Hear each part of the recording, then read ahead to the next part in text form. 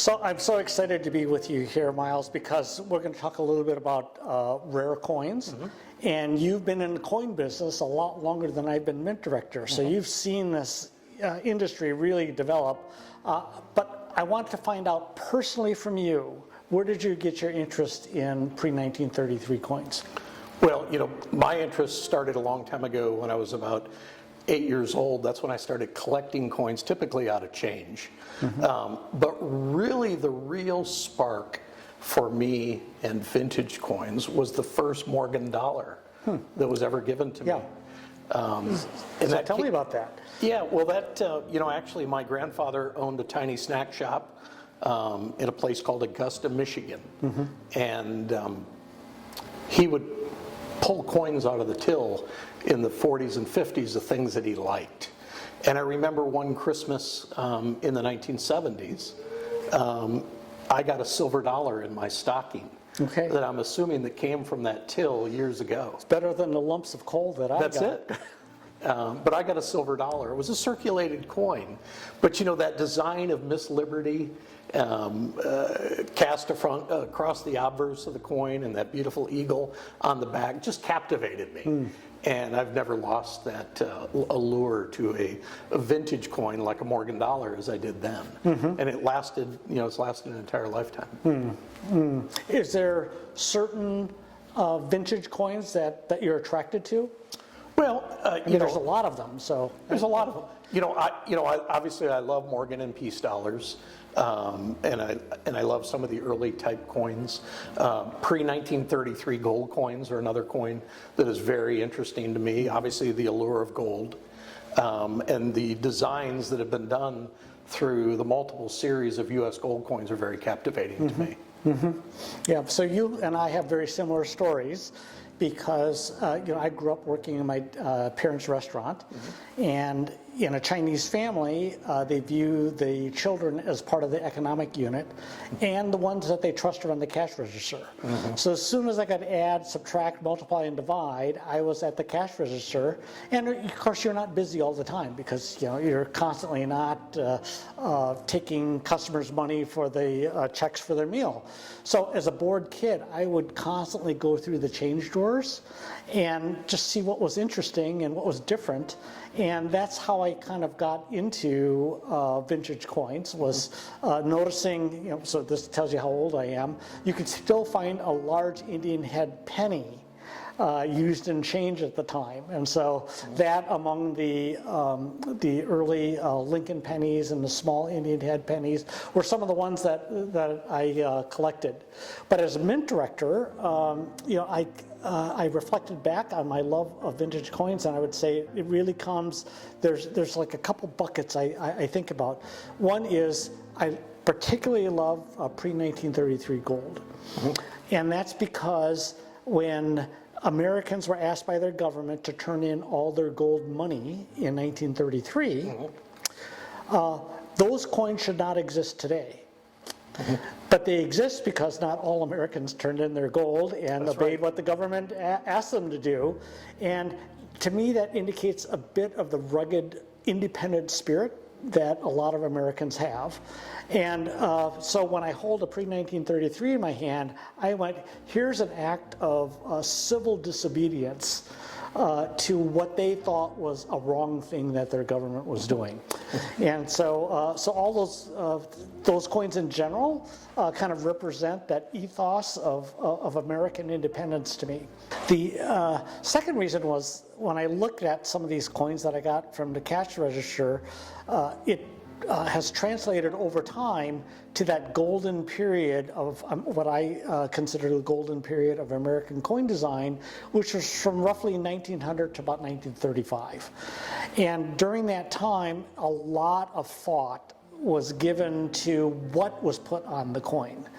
And it was really a reaction to President Roosevelt, who felt that at the turn of the century when he was president, America wasn't going to disappear, so why should its coins look like a European country's coins?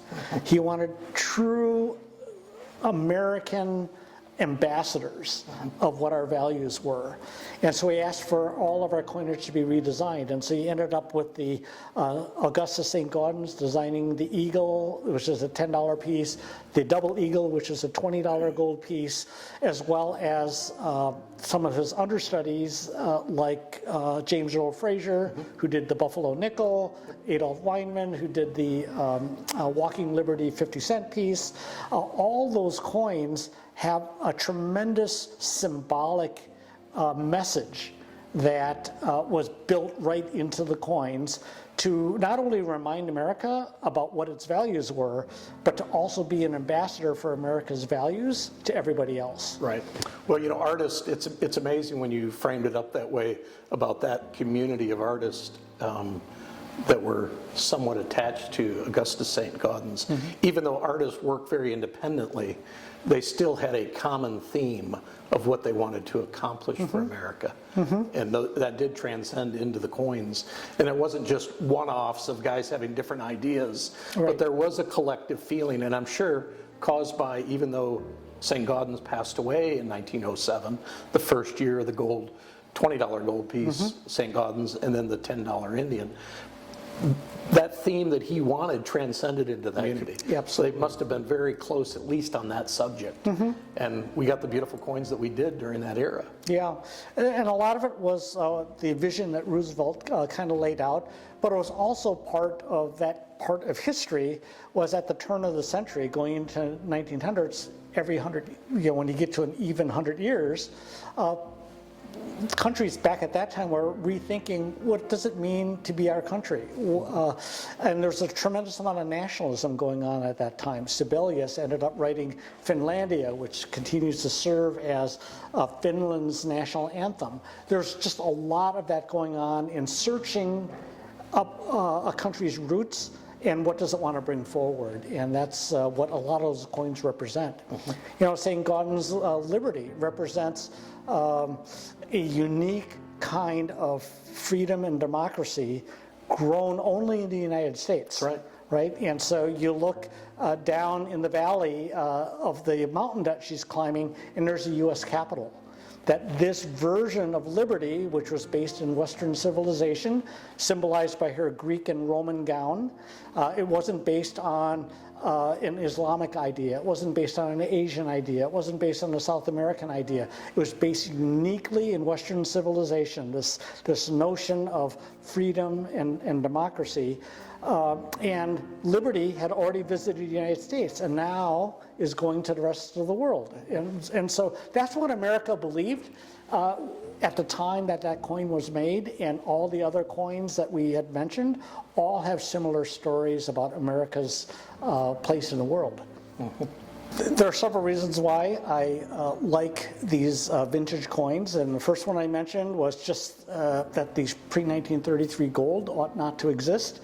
The second one is the symbolism about America's values that were built right into these coins. And third one's just a personal story that one of the most precious things that my mom gave me when she passed was the remnants of a gold necklace that was part of a necklace and bracelet set that had $5 Indians, infused Indians, and $2.50 infused Indians.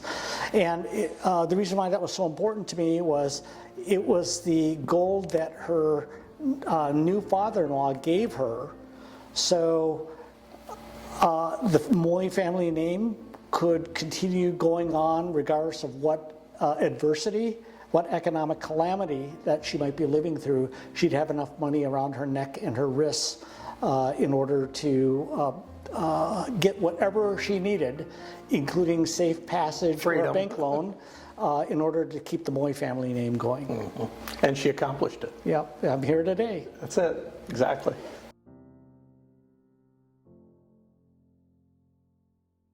Coin World named you one of the top 10 influential numismatists ever. When you look at that long history in what you know about vintage coins, where would you say that market is going today? Well, you know, in the nearly 40 years that I've been involved in numismatics professionally and vintage coins, the base of buyers has never been bigger. And the interest to collect these coins, the thirst seems to be endless. And with the growth of the amount of people, and that I dedicate that to the information that's out there, social media, the internet, more people are getting told the story of rare coins. So I see the base being very large. The interest is still incredibly strong, and there's a lot of set building going on where people want to put together completeness of these coins, but let alone the treasures that are out there. And I just see a steamroll of more and more new people who want to go towards silver and gold collectible coins. I call it the double play of numismatics, where if you own gold and silver, it's kind of your defense system. Your defense system of inflation and economic downturn, and then the opportunity with numismatics are kind of like your offense. But because of the rarity and the demand of the items, they go up in value. So you get a bit of mix of both, and they have both different causes of example of what they provide, where you have that silver and gold defense, and then you have the offense of numismatics. And quite honestly, not a lot has to happen in the economy for a vintage rarity to go up in value. It's based on the amount of people collecting them. And like I said, I've never seen more collectors, and I've never shaken hands with more collectors on any given month like I've never seen before. So that's what's helped the vintage market. Okay, so I want to tease that apart a little bit, because as director of the Mint, I didn't deal in vintage coins, right? And so we only made modern issues, and most of that is precious metal bullion, right? That flew off the shelves when I was Mint director. So a lot of those people come back and say, why would I want a rare or vintage coin? It has the same amount of silver in it, and I'm planning for Armageddon, so why do I need to hold on to any of these rare coins? Well, as you know, the U.S. Mint's the world's largest coin dealer. And I think that when you introduce people to something like the Mint does, there's always a percentage of those people that also get interested in the historical information, and there's always a percentage of those people that end up going towards vintage coins. Like, if they've collected American Silver Eagle set, from 1986 to date, they want to know about, so what was the other last U.S. coin, a silver dollar that had silver in it? And that goes back to the peace dollars. And then it takes you back to the Morgan dollars. So I think that from what I've seen in all collectible markets, when people get interested in something later in life, maybe in their mid-30s, early 40s, where they get interested in baseball cards again, they end up going back to the vintage items. And I can see that. And I've seen it, and it's only because I know collectors and what they've done and what they've told me they've done. But I still think that with the U.S. Mint being the world's largest coin dealer, and they've got the biggest budget to market to gain more and more people subscribing to them, those people fall into vintage coins. That gives me a lot of insight, and the only thing that I would add on there is most people, when they take a look at protecting themselves from Armageddon from happening, they want bullion coins, because they think that that could be used for money, right? But they seldom plan for anything in between. Life is good and the whole world goes to hell in a handbasket, and that's where I think vintage coins can come in. It's kind of like putting yourself in an 8-story building. You don't always have one exit to get out of the building. And I think with collecting modern coins and collecting vintage coins and collecting bullion, gold and silver, I think it gives you more opportunities of safety. It's kind of like knowing all the fire exits, and that you don't just want one door in, one door out. And I think if you spread it out, you protect yourself. Good thought.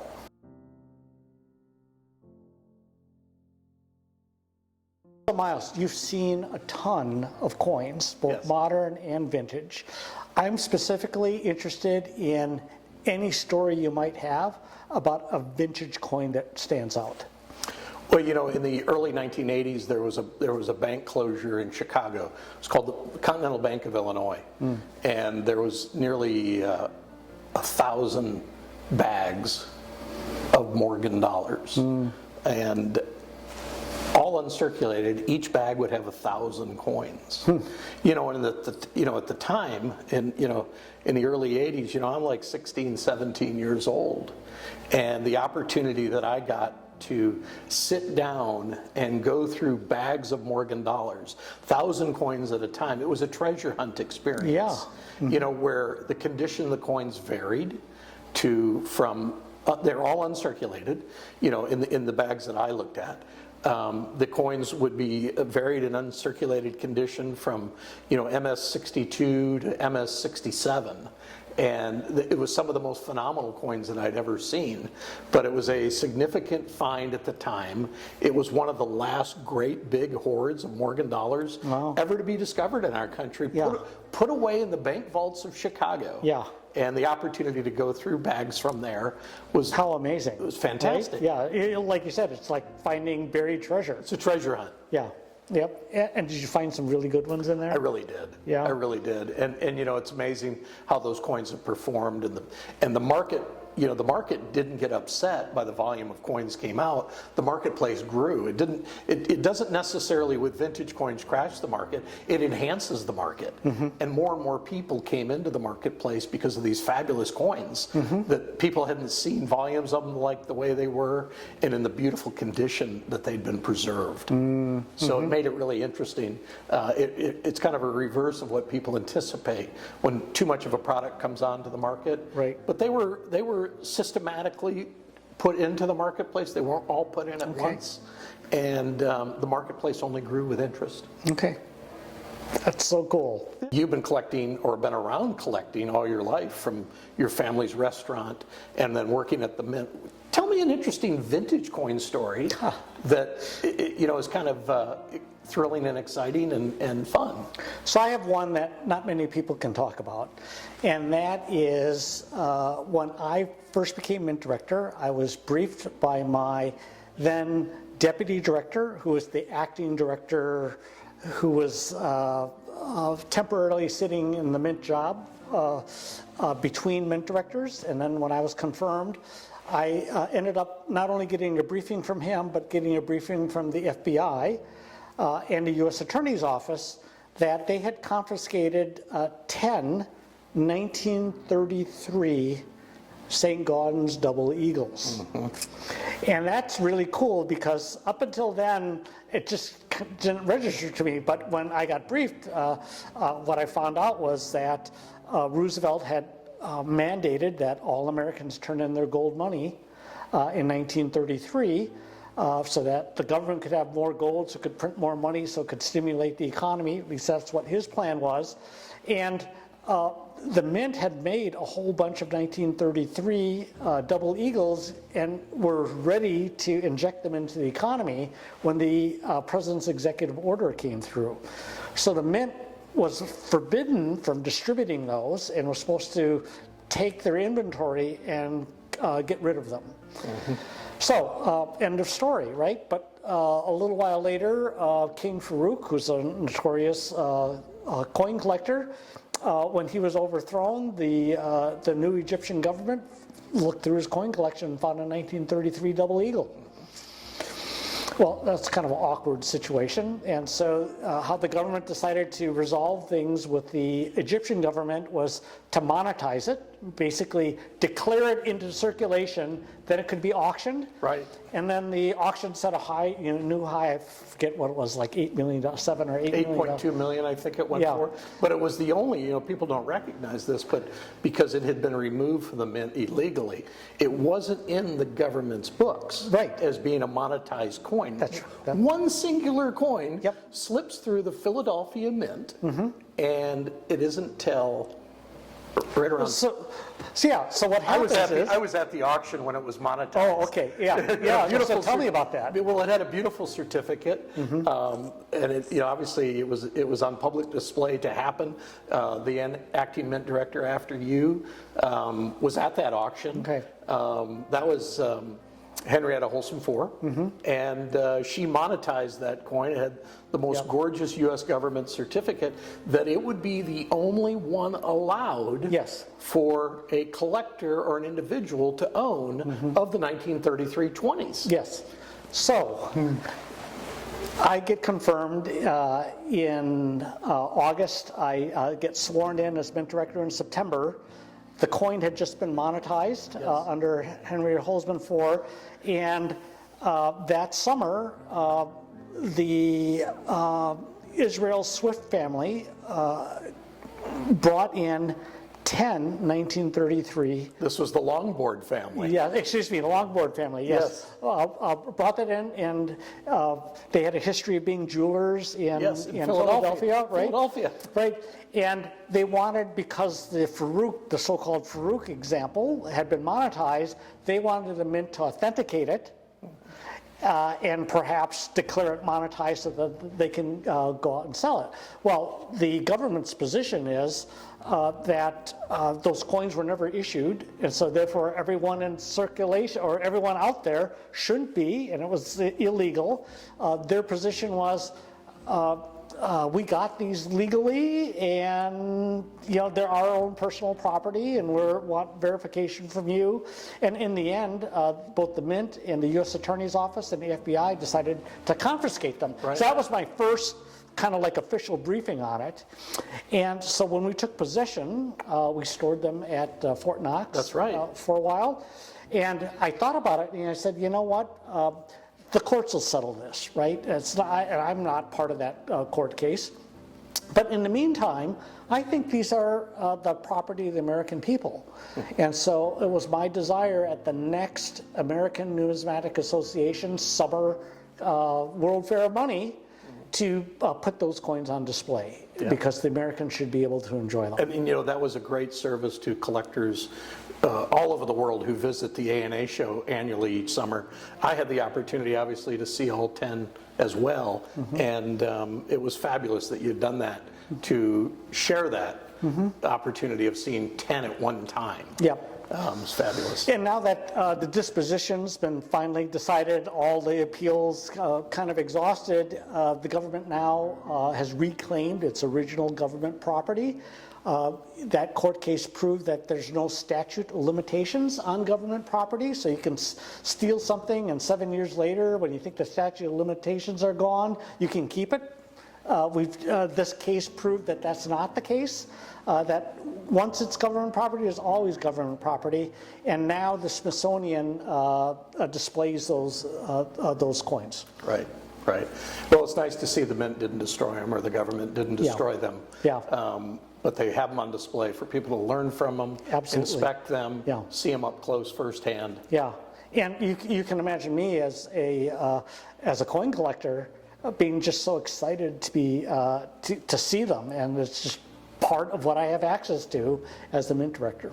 Yeah, and if you think about it, you probably have an estimated value on the conservative side of, $60 million to $150 million, all in 10 little coins. Yeah, yeah, pretty amazing.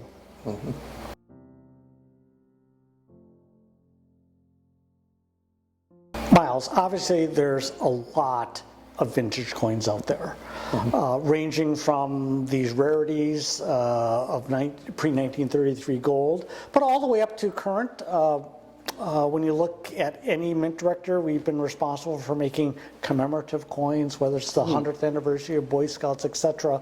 When you look at that whole universe of coins, is there pockets of coins that you think are undervalued, or people really don't realize what they have, and might be an area that will increase in value over the future? Well, one area that I've always said is a sleeper area that some people just aren't aware of it, but the Mint since 1982, they've been making modern commemorative coins, and amongst those coins, there's usually $1 in mint state and proof, a $50, and a $5 gold piece. I've always been a fan of the big $5 gold piece, only because it's affordable. It's just shy. It's around 1/4 ounce of gold, so it's got some decent size to it, but what those commemorative stories that they tell of American history from, when Mount Rushmore, you've got things like Mount Rushmore, you've got things like commemorate Jackie Robinson, you have the Capitol building. There's just a ton of history and stories told amongst those coins, and because of the premiums are low on them, the affordability is really high for a lot of people, and because we have this massive rush of people coming into the marketplace collecting coins, supplies are not always available, and with things with premiums attached to them don't make it as good as a value as other things do. And I've always liked the commemorative $5 pieces that go along with some of the commemorative programs that the U.S. Mint has offered. Right. And both in proof 70 and in mint state 70. And they usually typically have a counterpart, one of each. Yeah, when you look at commemorative coins, as part of these vintage, the broader vintage market, I think anything that was lower vintage, has some potential. So something that might have come out, which at the time a lot of people weren't interested in, which caused low vintages, at some future point could turn into something of value. And I'm just thinking out loud that as part of the first spouse program, so when we had the presidential $1 coins that we tried to get into circulation, Congress also, as companion part of that legislation, created the first spouse program. Yeah, the half ounce spouse program, starting with Martha Washington moving forward. Yep, and when you look at that, some months there were maybe only 2,000 made, right? The mintages are really a big secret. Some people really don't realize how low the mintages are on that series based on either interest at the time, bullion prices at the time, and popularity at the time, where there are spouses that are more popular than others. There's a few coins in there that represent Americana and its history, because some presidents who didn't have a spouse needed to be represented one way or the other, and they used some vintage designs on those coins to represent that president at that era of time. So the spouse series, the half ounce piece, is another collected area that I thoroughly loved because of the premiums attached to them. And by the way, a lot of people don't realize this, but since a lot of those were first made right around your time of coming to the mint, some of those spouses got melted. And the mintages are even lower than what we know. So there's an opportunity there with spouse gold coins. That's something I like very much. So yes, I was mint director when that program was passed, and the first spouse coins came under my authority, and we gave the first 4. Actually, it was 8 coins. So that first year, because Thomas Jefferson wasn't married, so we ended up with 4 coins. Right. And we presented a set of 8, so you could have the obverse and reverse shown on the coins. And we gave that as a gift to the White House Historical Society through First Lady Laura Bush. And I think that presentation, if my memory serves me, I think you did that presentation to Laura Bush at the White House. Yes, it was amazing to be able to do it inside the White House proper. One of the stateroom, I'm not sure the name, but if...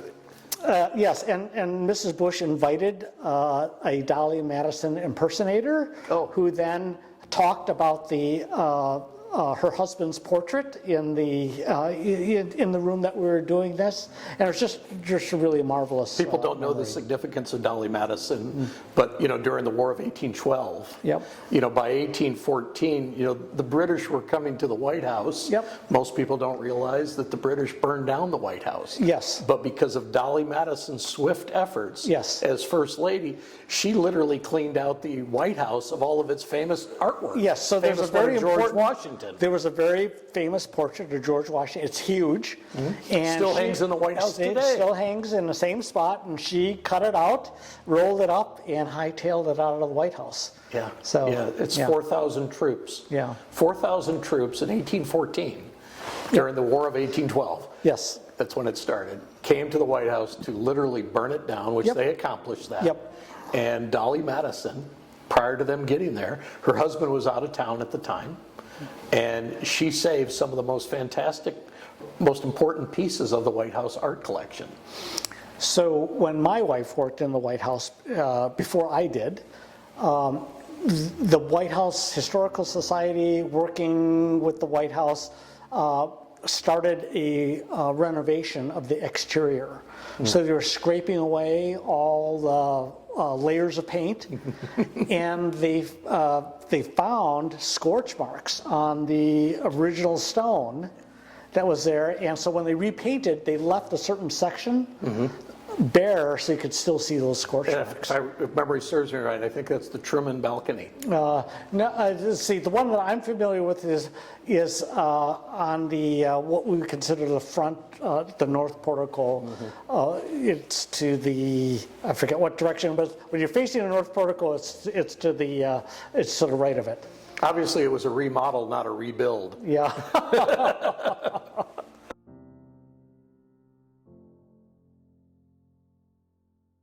When we talk about the vintage coins and the modern coins and what the U.S. Mint has made over the years, I think a lot of people have always asked me the question of why the gold eagle was designed the way it is, with Augustus St. Gaudens's design on the first year of issue 1986 from the first year issue design in 1907. Why did they go with that? And and the same with the American Silver Eagle. They went with old designs on new coins. And the common answer that I give to people is that those coins and their designs on the American Eagle Silver and the American Eagle Gold transcend American history right there. Ultimately, it's going with what works and what people love. And for pushing 40 years now, since 1986, they've been going with these designs, and it's been literally the most successful coin program the U.S. Mint has ever had, with no pushback of we don't like it, we want to go on to something else, where a lot of coins in the vintage era, the reason they were only made for short periods of time is that people got a bee in their bonnet and said, well, we like something different. For a lot of years, nobody liked the Morgan dollar, didn't want it. But that's what made it so popular, I guess, later in life today. Right. Yeah, so absolutely true. And to give a little bit of nuance, so the people listening in have a better appreciation for how we got to those designs. The two designs that you mentioned, the American Eagle program, both gold and silver, originated in 1986 when the American Eagle Bullion Program legislation was passed. That was generated because in 1972 Nixon took us off the gold standard, and so the only country country that had a thriving bullion business was South Africa, which had a lot of gold mines, right? Government-owned gold mines, and they're still trying to figure out a way to monetize the gold. How do you monetize the gold when gold's not used as money anymore? Well, they decided to make these coins, the rounds, and denominate them in weight instead of a dollar value because of the fluctuation, right? And so they were the biggest gold bullion dealers, gold bullion makers in the world. Well, when Ronald Reagan became president, he came under a lot of pressure to have an embargo against South Africa because of its apartheid policies. And Ron Paul took that as a door opening to pitch the president that Americans should still be able to own bullion, even though they might not be able to buy South African anymore, and shouldn't Americans buy American-made bullion? Correct. And so he passed this legislation. Ronald Reagan happily signed it, that created the gold and silver American Eagle programs. Right. And the legislation specifically directed the Mint to use the obverse of the St. Gaudens Double Eagle on the gold, and the obverse of the Adolph Weinman Walking Liberty on the silver. But the Mint could put any design it wanted on the back of those coins. Right, right. Well, it seems to have been the smartest move to have accomplished because it's been so widely accepted worldwide. Mm-hmm. It was very wise of the original gold bug, Ron Paul. Mm-hmm. So I took it to the next step, which was, in the old days, once coin design reached its end and Congress decided to change it, you just never saw that design again. And then you'd be under the American Eagle program, you at least saw the obverses again, right? But under my tenure, we did in a very big way the 2009 ultra high relief gold coin, which was the exact design that Augustus St. Gaudens designed. So the obverse and the reverse were exactly like the plasters were, except for the date change.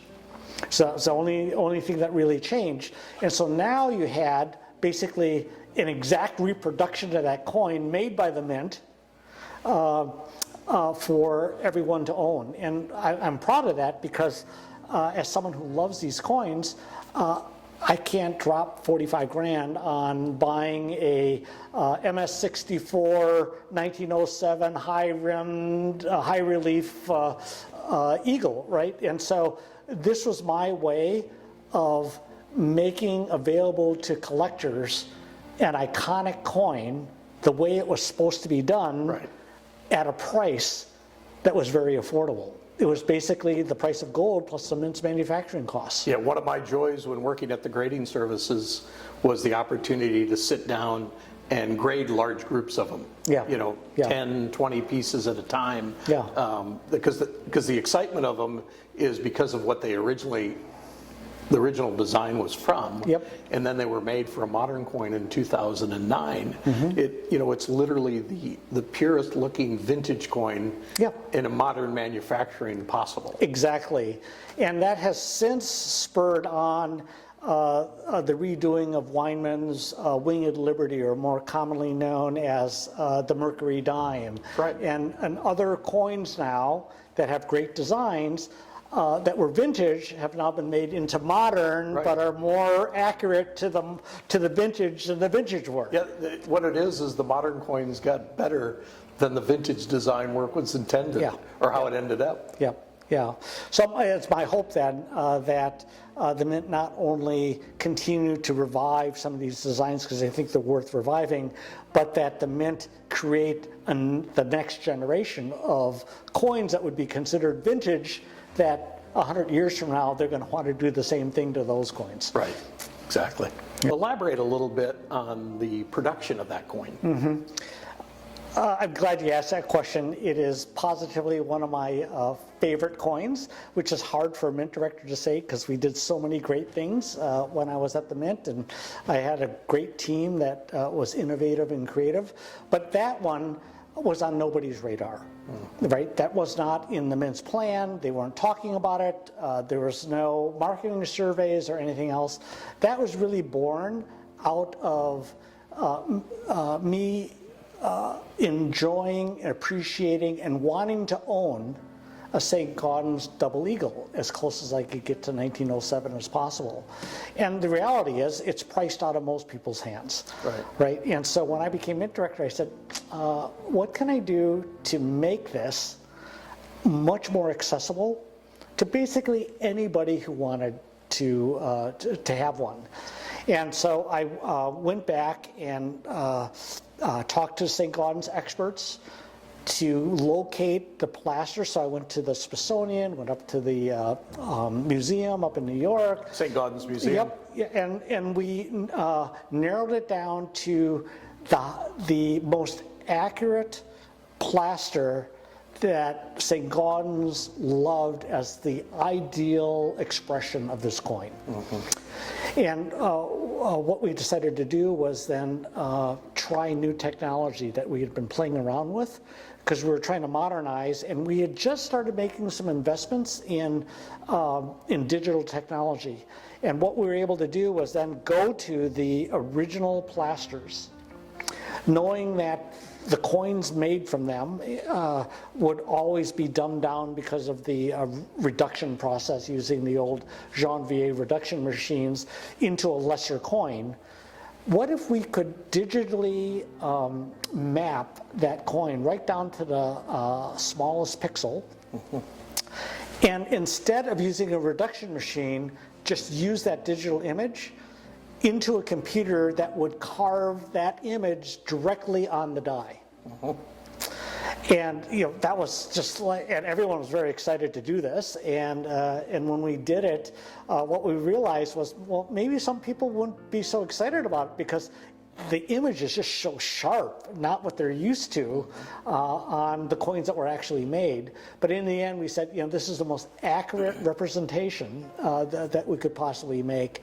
And when we did it, we basically charged the spot price of gold plus a mint's manufacturing cost. And unlike a lot of other collector's coins the mint makes, I decided not to limit the mintage on this, but to really make it to demand. Basically, whoever wanted it, we would make enough to satisfy the demand, but once 2009 was over, we would never make it again.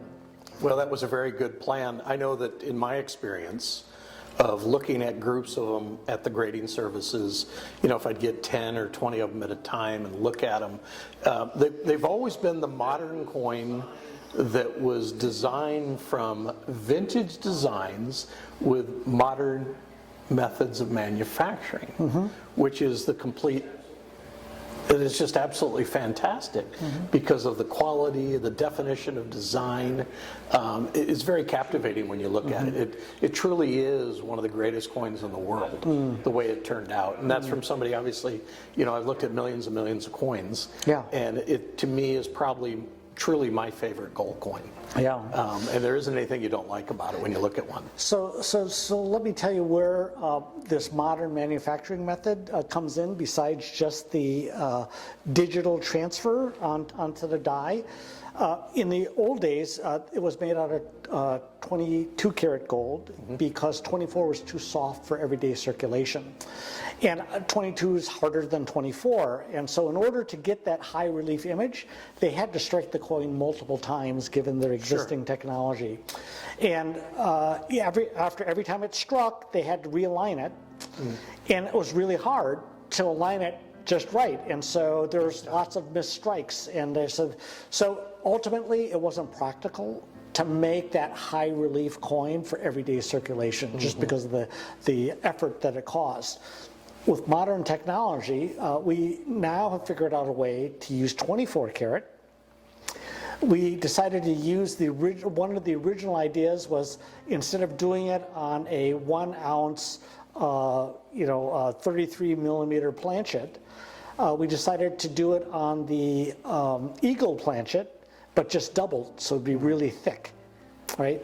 And being 24 karat gold, we also were able to put a rim around it that equaled the height of Liberty, so that the coins would actually be stackable, which the first ones weren't stackable. Right.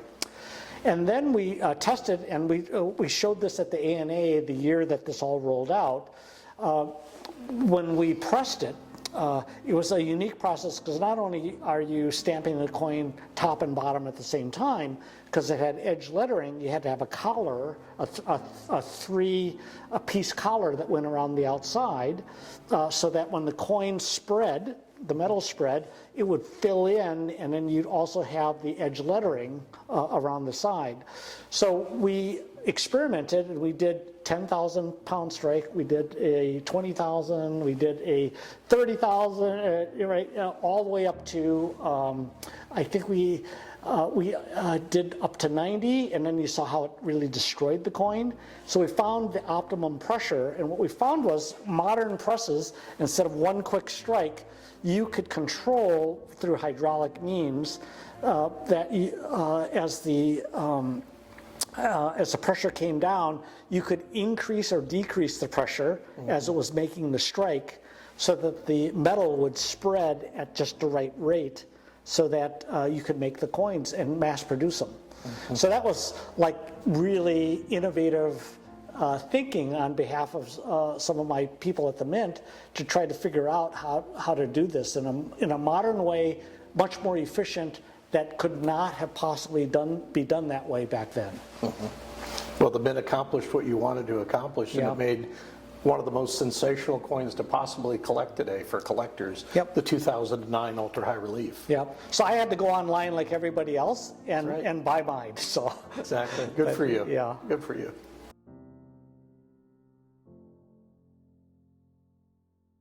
You know, one of the projects that Ed Moy and myself are working on is the definitive book and story on Fort Knox. A lot of people, there's a lot of misnomers about Fort Knox. You know, it's been in James Bond movies and it's been written about, but we're going to have the definitive book coming out within the next 18 months to 24 months on the famous gold vault in Fort Knox, Kentucky. And Ed and I, of course, have been talking about it for a number of years. It really hasn't been done, so we feel like it's important to be done and dispel some of those rumors that come out of Fort Knox. Yeah, I'm so glad we're collaborating on this. I've been just so impressed with the books that you've done and how they become definitive books in whatever you're writing about. And I just think Fort Knox is going to be another must-have on collectors' shelves, but as well as the general populace. I think probably the most asked question I get when people find out that I'm the former Mint director is there gold in Fort Knox? Right, they're going to have to buy the book to find out for sure, aren't they? And you know, one of the things that people ask me about the gold, besides the gold being there or not being there, is the story that I tell to people, and that is the reason that Fort Knox even exists is it made vintage pre-33 gold coins rare. Because of the executive order by Roosevelt in 1933. Many U.S. gold coins that were in Americans' hands that were called in were melted down and put into bar form and stored in Fort Knox, which I believe, I think it was 1936 by the time that Fort Knox opened. But that's what put gold in Fort Knox, were those vintage pre-1933 gold coins. And if they hadn't been melted down, you know, we don't know what would have existed today as far as mintages. Now we don't know what the mintages are. We just know they're a lot less than what they used to be when they were originally made. And that's what's created the collectability, the value of vintage pre-33 gold coins. So part of the reasoning why I wanted to pursue this project with you is instead of answering this question every single time when someone answers it, I can just say, go buy the book. That's all the answer's there. It's such a perfect answer. Yeah. But also, I think there's a bigger story behind that. So obviously there's a lot of interest. Is the gold there? How do you know? Is it tested? You know, and I can answer, I know what I can answer, I know what I can't. And this book will be the most transparent book out there describing the gold in Fort Knox and how it got there. But that's the story that a lot of people don't realize, is that how the gold got there, what caused Roosevelt to have Americans turn in all their gold money into the federal government, is a really important story to understand because that exact same history is happening today. Now, there's no gold to confiscate, and people who say, will the government ever confiscate gold? Well, back then, Roosevelt wanted to stimulate the economy. The government had printed all the money that it possibly could based on its gold reserves. So every dollar was backed by gold. So the only way you could print more money was to get more gold, and the easiest way to get more gold was to get Americans to turn it in. Exactly. And instead of holding on to that $20 gold coin, you got a $20 bill, but the bill was no longer a gold certificate and could never be redeemed for gold again. Mm-hmm. Now, some people might call that confiscation, but there was an exchange, and American gold reserves tripled, which allowed Roosevelt then to triple the money supply, and then he could spend that money on programs like the Works program and rebuilding American infrastructure using that particular money. Today, what you're seeing is a similar great change in the idea of money because of the financial crisis. A lot of people got concerned over how viable was fiat currency. Fiat meaning it's by government fiat or order that they force you to basically accept a dollar for a dollar, even though it's on 4 cents of paper and ink. The greatest changes of money now are happening after the financial crisis because you're seeing not only the potential digitizing of our dollars, just like the Chinese are doing with their RMB. So our daily currency may change its form, but we're also seeing the growth and interest in cryptocurrencies, which are basically private sector currencies. And you're also seeing a renewed interest in how to make gold and silver into spendable money.